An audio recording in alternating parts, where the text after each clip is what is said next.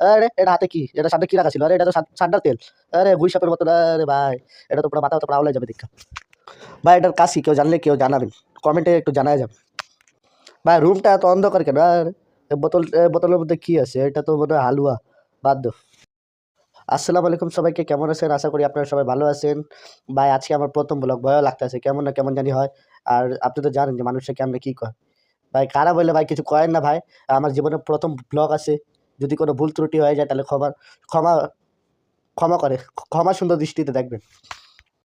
ভাই জীবনে ১ম কোনো কারো কাজে চাকরি করতাছি, ভাইয়ের সাথে যাইতাছি, ভাই যেখানে কাজ করে সেখানে যাইতাছি, ভাইয়ের সাথে কাজ করবো এটাই সিদ্ধান্ত নিয়েছি ভাই। আর পড়াশোনা করবো না, পড়াশোনা বাদ দিবো।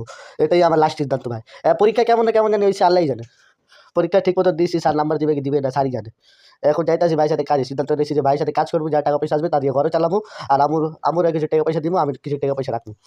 যেন ভবিষ্যতে কোনো কাজে লাগাইতে পারি টাকা পয়সাটা। ফাঁকা রাস্তা পায় ভাই উড়াধুরা টান দিতেছে, একদম গলির মধ্যে একদম ফাঁকা, একদম কোনো গাড়ি টাড়ি বলতে কিচ্ছু নাই।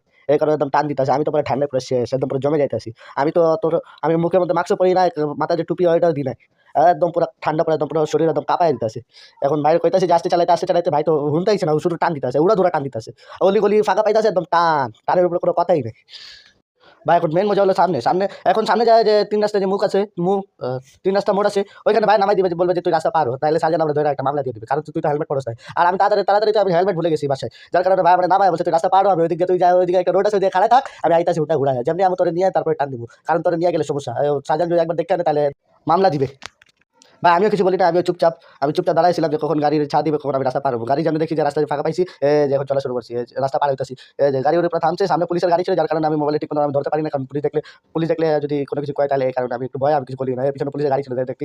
তারপরে এই যে রাস্তা পার হইছি, এই যে একটু ভিডিও করছি রাস্তার মধ্যে যে কেমন রাস্তা, তারপরে যে রাস্তা পার হয়ে ওইদিকে খাড়াইছি, এই যে ভাই আইছে, যেমন খাড়াইছি তেমনি ভাই আইছে। আয় কইছে তারপর বইছি তো টান দিছে, যেমন একটা বইছি তেমনি পায়ে রগের উপর রগ উঠে গেছে। ভাই কইছে ভাই একটু থাম, ভাই থামছে। তারপর আমি আবার নিচে নামি, যে সামনে একটা দোকান ছিল, ভাই ওই দোকানে গেছে, বলছে তুই এদিকে খাড়া থাক, আমি একটু দোকানে যাইতেছি, একটা মাল আছে ওইটা নিয়ে, তারপর তুই এদিক পর্যন্ত যখন তুই খাড়া থাক, আমি মাল নিয়ে আয়া তোর একসাথে বইয়া আমি যা তোরা তোরা নিয়ে যাবো।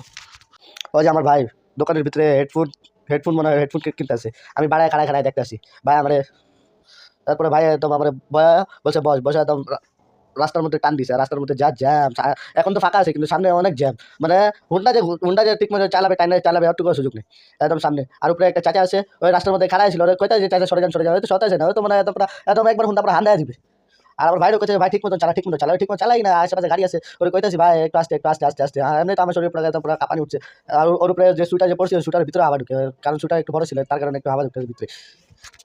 ভাই পরের ব্লগটা পাবেন, যে সেকেন্ড যে পার্ট বানাবো তখন আপনি পাবেন। এখন ওটা কাজ এখন চলতে আছে, যদি আপনারা